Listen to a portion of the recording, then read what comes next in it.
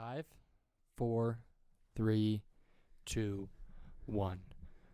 Welcome to the CTS podcast. This, for those of you that don't know us, it's been a while. Hello? Primarily because of Jace. I didn't mean to throw you under the bus, Jace. I'm so sorry. We do this dumb bit It's- every time we come back. Well, hopefully, the plan is to now be pretty consistent from now on. Hopefully. Yeah, we'll see. We'll see if I can fit into Henry's schedule because he's really cool and popular. So busy and awesome and cool. Okay, we're back. Episode 58. It's taken us, I think, probably longer to get from 50 to 58 than it took us to get from 25 to 50. Yeah, probably. That's Definitely. That's But we're back. We're gonna get there. So, wait, are we doing politics first? Politics first. Okay. You might notice, sorry, not to cut you off, some updates to the set. If you're a politics listener, you might be wondering why half of our set is the assorted Lego sets. We have another podcast, CTS Pop Culture, that we talk about pop culture. We use the same set. I'm too lazy. And that podcast hasn't gotten a lot of love as far as everything back here. So now they're finally getting some love. You know, our It's thousands more of even. monthly It's a little listeners more on that even. podcast. People were complaining. We had to switch it up. Yeah. So, a lot of things have happened in the world of politics. I think the biggest, possibly bigger than Roe v. Wade being overturned, was Joe Biden falling off his bike. We can start off with some lighthearted topics. That was weird.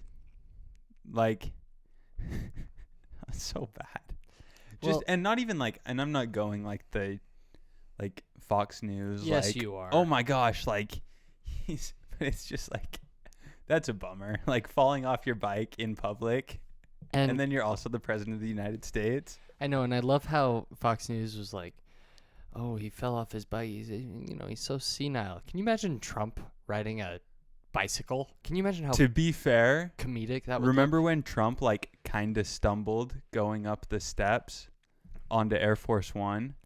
I thought that might have been Biden. No, it was Trump. And there were so many news articles like he should be like, I think he's sick. Like CNN had like doctors out like, this is a symptom. Like I would, if one of my patients did this, I would probably diagnose him with like something. And it's like, okay, people whatever stumble you up say. the stairs. But no, that was a pretty funny video. The funniest part, right, is that he goes and he like, it's not like he's like riding his bike and like hits a crack or something or hits a rock or something. He rides up, stops, and he like looks like he's about to start saying something and then just topples over. Well, and the way he fell over too is like It's something almost out of a movie. It's comical. like, Yeah. Well, I thought what was worse than that was the picture of the card that he had, that he was of like a list of things. You sit down. You stand up. You take your seat. Yeah, and the word you and your Bold, is all caps. all caps. That's funny. It's weird, right? Do you think, how much of that do you think is us just not understanding like how stuff like that works? Where they have like 5 minutes to have this super tightly controlled like interaction with these people, like press conference type thing where it's planned down to the second? Or do you think it is just like Biden has to be told, you take your seat? I have to imagine it's Biden. I can't imagine that Trump would let people, even if they did let him dictate exactly how a press conference was going to go down. He didn't do any of those things. That's true. So I don't know. I thought that was weird. I definitely was, and maybe it does happen for every president, but I don't even mean just for presidents, but like in general. Like you could imagine something that high. But even then, capitalizing you and your, I mean, that's just not normal. Yeah, you'd think like I just want to note like sit down. Like right? Like if it was that, it might be a little less. Well, odd. and even some of the instructions, do you need to be told to sit down? Do you need to be told to stand up? I don't know. I think it's like, okay, but whatever. In other news, in very big news, Roe v. Wade gone. So how did it work? I might be a little not informed. Was it actually Roe v. Wade overturned, or was it a case kind of setting a precedent? Because what's the case they saw before it? Because they didn't just go back to Roe v. Wade and go. Right. It was the Missouri law that Okay. that was being contested, Okay. which had to do with Roe v. Wade's precedent. Yeah. And the court basically said, in a super long brief, they basically said, or decision, they said Roe v. Wade was poorly decided. It has no basis in the Constitution, and it's going to be returned to the states. And one key thing that was a lot different than the leaked draft opinion Yeah. is the justices. It was a 6-3 decision, and 5 of the conservative justices I think it was 5-4. No, Roberts ruled with the majority. Mm, Ooh, maybe. I don't think he did. I'm almost positive it was 5-4 So, and Roberts you, ruled. You may be right. But anyways, like kind of it's weird that it was like it got leaked, right? Yeah. And then it's been a few months. The justices voting 6-3 along ideological lines. Really? I This thought I from saw NPR. 5-4. So regardless, the 5 conservative justices, with not taking into consideration Alito, basically said, Clarence Thomas said specifically that this would not apply to other constitutional cases that have to do with some right to privacy, Mm-hmm. specifically the Obergefell case, which has to do with gay marriage, and then there was another case that had to do with contraception. They made specific mention that this case would not apply to those cases, but there's still concern that if you're going to strip essentially a right to privacy away on Roe, then you have to do the same on the other cases. You can't strip this idea of privacy within the Constitution for one case and say that idea of privacy is existent in the other cases. But the justices basically said, well, this case is different because there's this idea of another being, right? Yeah, you don't think it's different? It's a different argument. I think it's different. But I also think that them saying they're not going to touch those cases isn't true, at least for gay marriage. I could for sure 100% see gay marriage going back to the States. I don't see any reason why. I don't think so. I don't know. And how are there any states, do you think, that would oppose that if it went back? So the Texas GOP platform that was released a week or two ago, in the GOP platform, it says homosexuality is an abnormal lifestyle choice, and they will be granted no special protection from certain aspects of the law. And so, yeah, I think it would. I think it would be limited in how many states were to outlaw it, but I could see states like Missouri, Texas. Because doesn't that that's couldn't you make a First Amendment argument on that? So I'm sure you could, and I'm sure that they will if it were to ever get contested, because essentially they've said it's been pretty much proven that you can't take a privacy concern to these justices and have it go well. We saw that in this case. Maybe, though. I think they're pretty drastically different issues. Pretty drastically, in the sense that I doubt that gets... I don't know. I don't think that'll get contested. Yeah, I don't know. We'll have to see. I think it will get contested. I don't know if it'll be anytime soon, but I think it'll get contested. I don't know if the Supreme Court's going to rule in favor of the states. It might get contested, but that doesn't mean, I think there's a lot of, I bet almost unanimously, right? Because Clarence Thomas, right, is in his dissenting, or not dissenting, what do they call it? There's I agree. No, because he's not dissenting, because he's with them. Oh, I see what you but mean. there's like a concurrent. Yeah, concurring opinion. No, it's not a concurring opinion. It's It's like- something else. It's like I agree with this decision, but for a different reason than everyone else. right.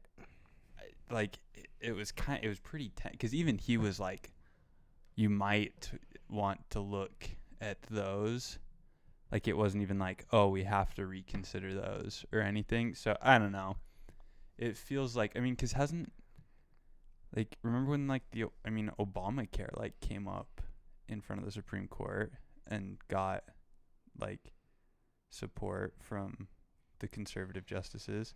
You got support from Roberts. This was before. This is while Ruth Bader Ginsburg was still on the court, though. Was it? Yes, this was before RBG died, but I think that Gorsuch was on the court at this time. Maybe Kavanaugh too, but I know Coney Barrett was not on the court at the time. Gorsuch and Kavanaugh were for sure because it was no, Coney Barrett definitely was, because I remember that because it might have been a more recent Obamacare case, because I remember when Amy Coney Barrett was getting confirmed, people were talking about this, being like, oh, they're gonna get rid of Medicare for all, and then it just never happened. So the last time the Supreme Court upheld the Affordable Care Act was June 17th, according to NPR. And when was Amy Coney Barrett? June 17th Of 2021. Yeah. So it had to be. So she was on, right? Yeah, she was for Yeah. sure on. Yeah, so Yeah. she was confirmed October 26th of 2020. Yeah. So way before. So yeah, they did uphold, and then they did uphold that case. Yeah. I don't know. I feel like there's a big difference between the two, even just ideologically among the conservative community. I feel like there's different views on that.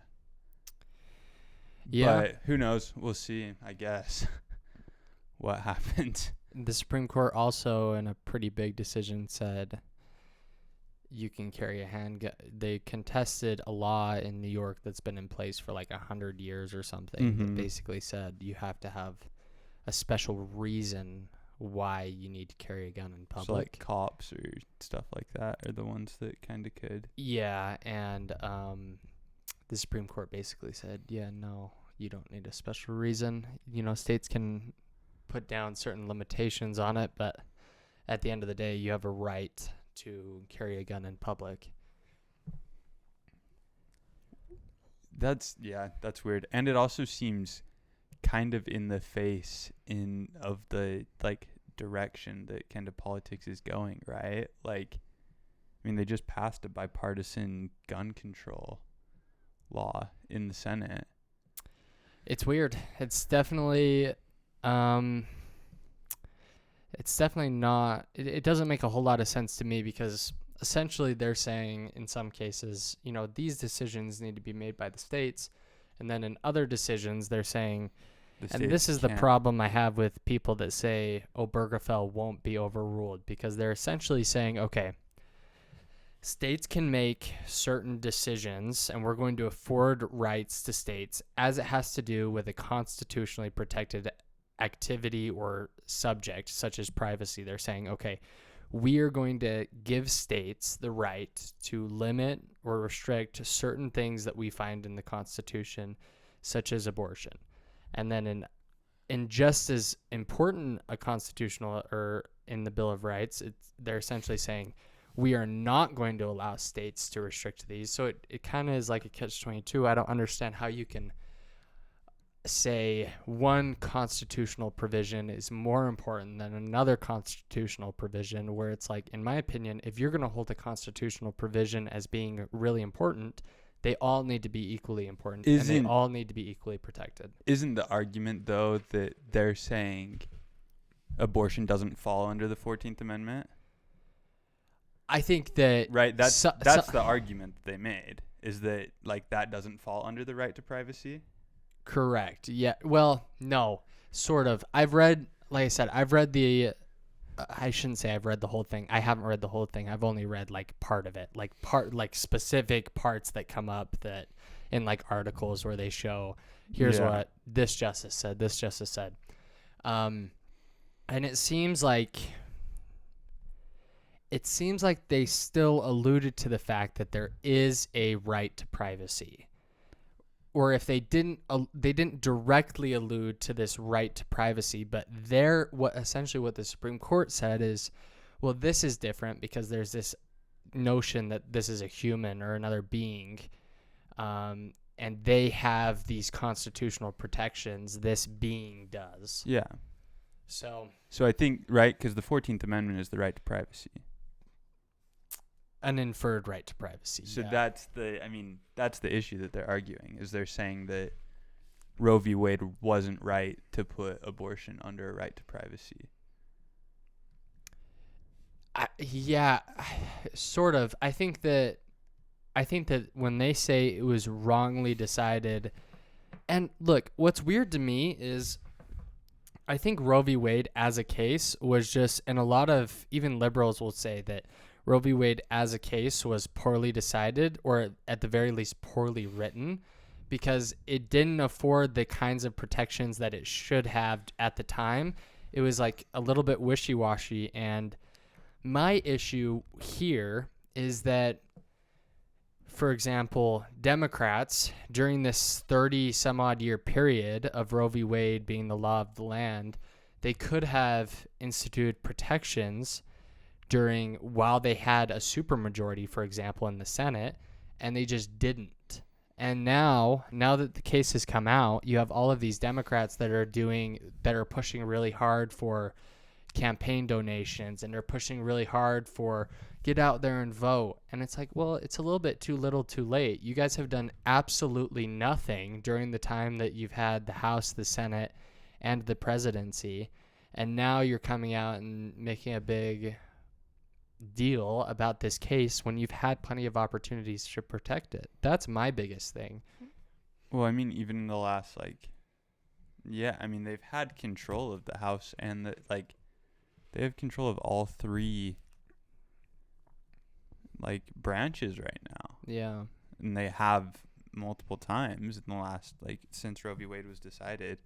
So it's like, if it was that important to you, shouldn't you have done something and not just use it as this kind of carrot on a stick to try and get voters out every election? Well, and that's the problem, is now everyone is pissed at the Supreme Court when the Supreme Court is essentially saying, well, we don't find this in the Constitution, so we can't apply it. But if the legislature were to come out and say, here are rights, then it's a different story in front of the Supreme Court. So everyone's mad at the Supreme Court, but my problem isn't necessarily with the Supreme Court. It's with the legislature that has refused to do anything and will continue to do nothing, by the way.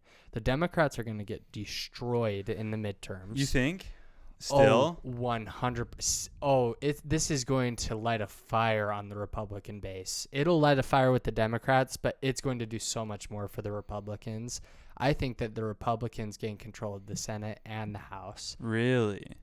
Yeah, and then it's just Biden. That's this year, right?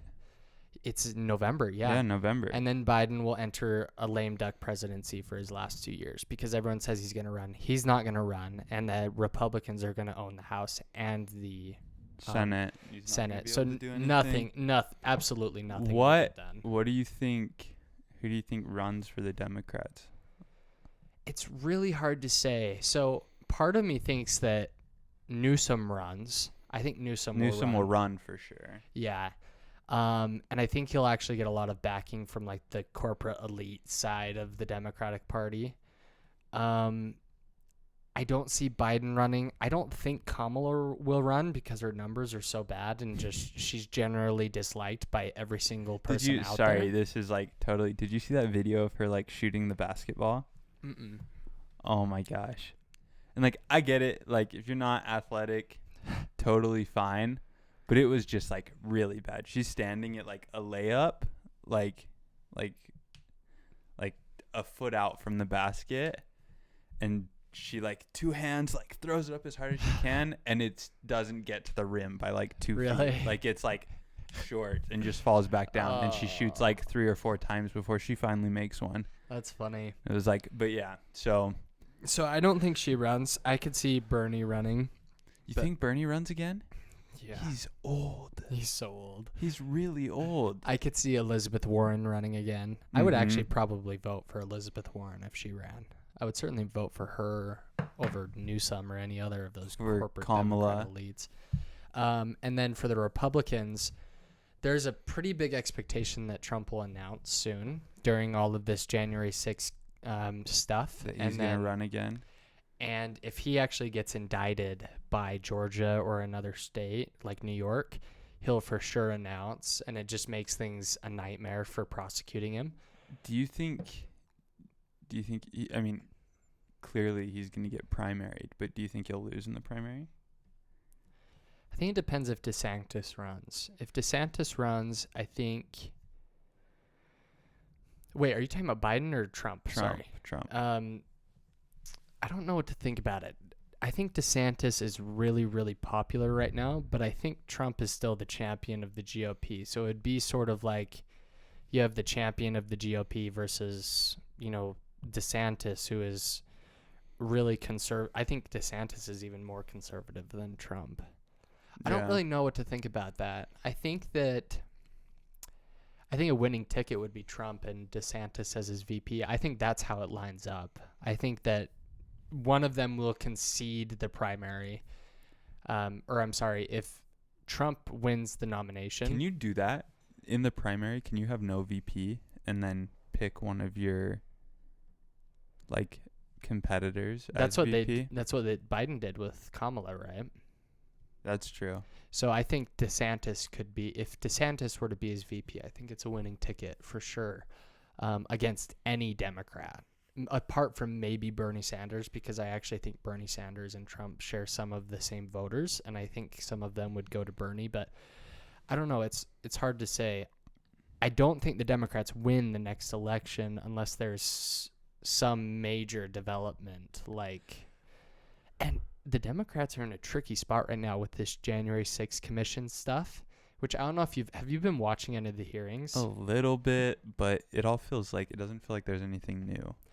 So they're in a tricky spot where I think they're going to refer Trump for criminal charges to the DOJ in a symbolic gesture. I don't think the DOJ will bring charges.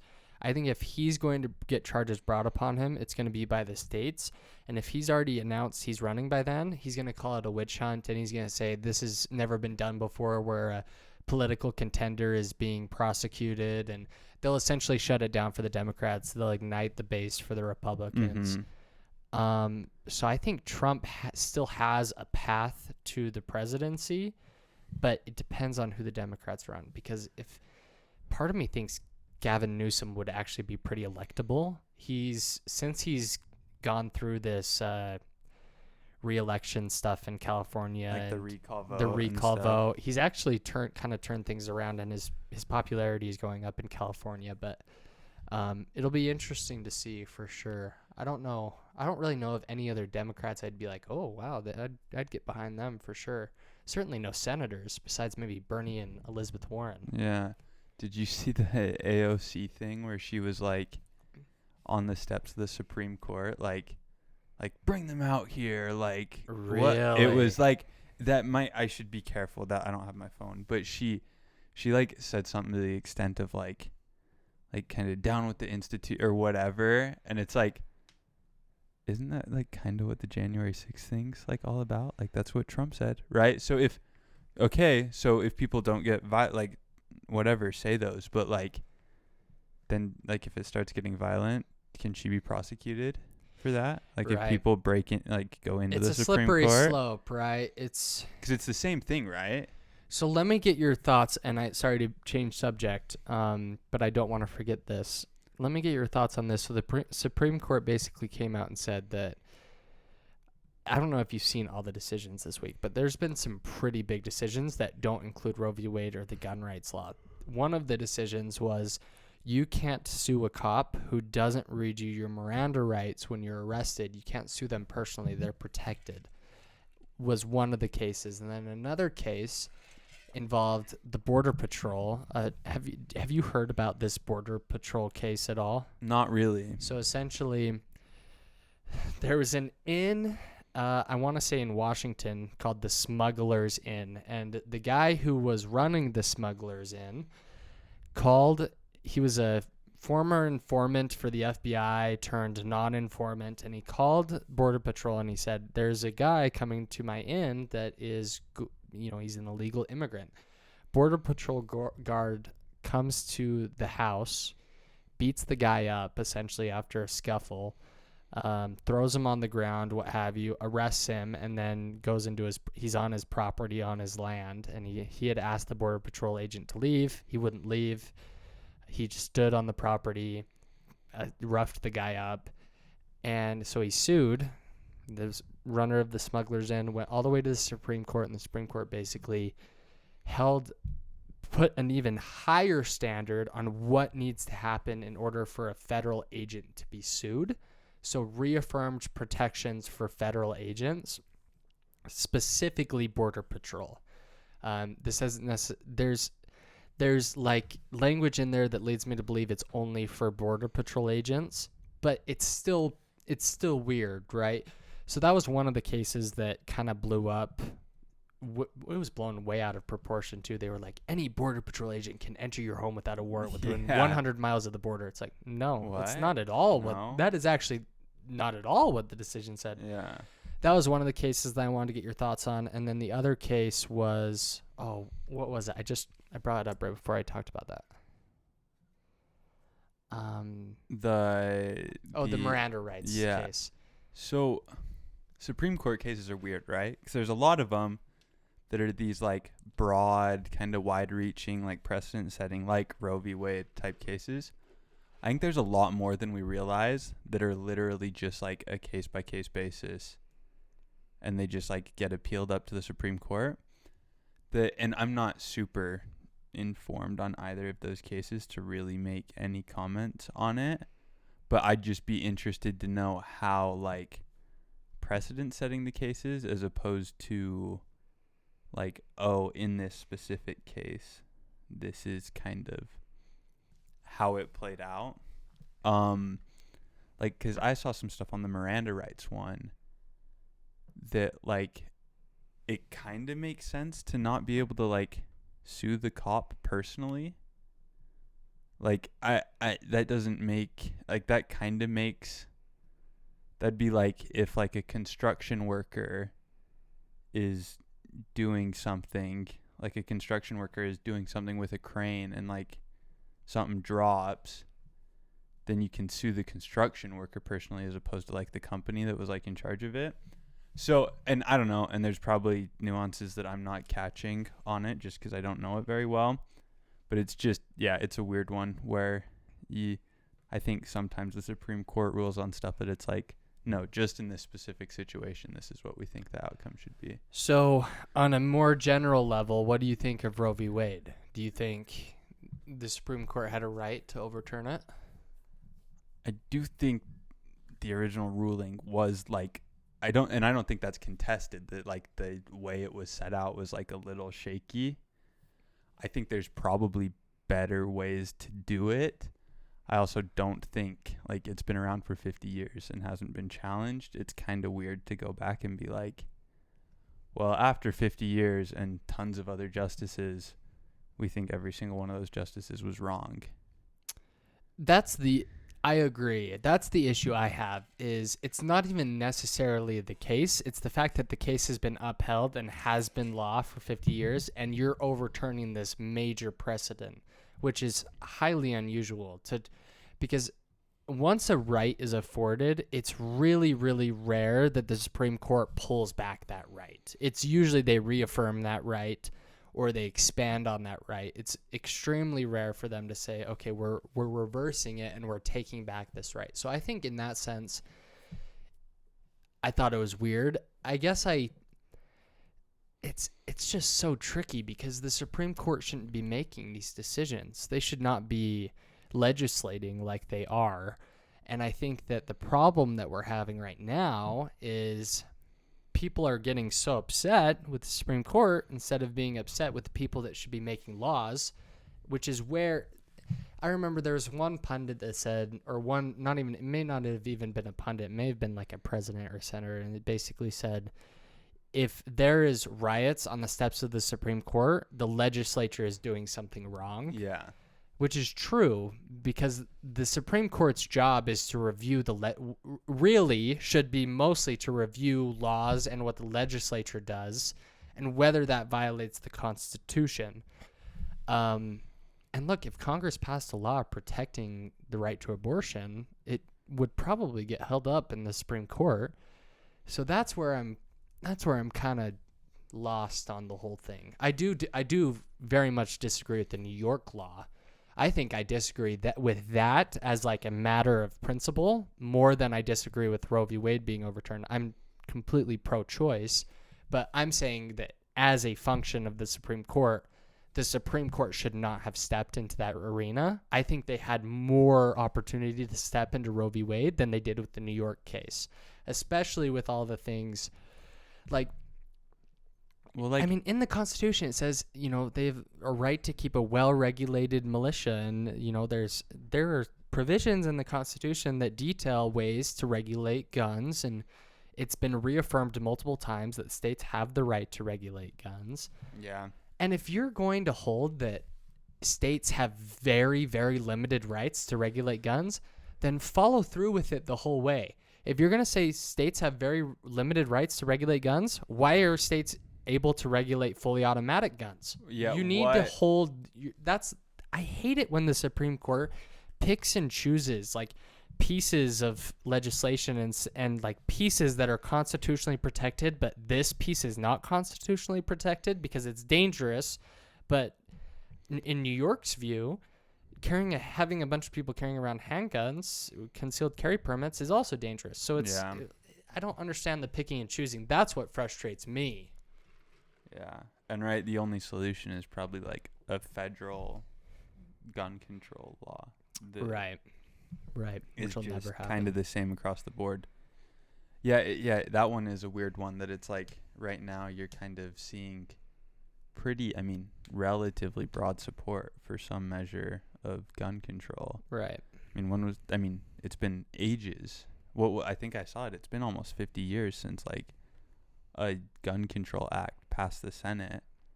Yeah. And one just did. And now you're like, well, yeah, I don't know. How about last thing we'll talk about? Okay. Have you heard about the Uvalde investigation at all? Not really. So the Texas director of, I want to say it's health and safety or something like that, did an independent investigation. First and foremost, the police department was refusing to cooperate with the investigation. Then, after the investigation was completed and this video from inside the school was released, police officers were standing outside the door for 38 minutes while these kids were getting slaughtered. Yeah, just weird. Standing outside the door. They had full riot gear. They had a riot shield, and they were standing outside the door. I mean, the director described it as a complete and utter failure. So this is the problem I have with like gun rights activists, and I'm pro gun rights. I'm a believer in the Second Amendment, not as much as other people, but it's like, well, we just need to add security and more police officers and more safety standards to schools. It's like this police unit did nothing. They just sat there and watched as a bunch of children were murdered. They should be held legally responsible for that. Why are they not being prosecuted for standing there? And it's because and then I hear the argument, well, they want to go home to their families too. But don't sign up to be a police officer. Right? Your job is to put yourself in those situations. And like, it sucks and tragic things happen, but like, you're there to try and stop tragic things happening to other people. So it's like, yeah, no, that's a weird one. I don't know, but yeah. All right. Good. First episode back. Let's do it. Here's to many more. This is the CTS podcast, episode 58. Quick enough. Henry's so far away from his computer that I can say exactly what I want, and all of it is going to go into the video, and Jason's awesome.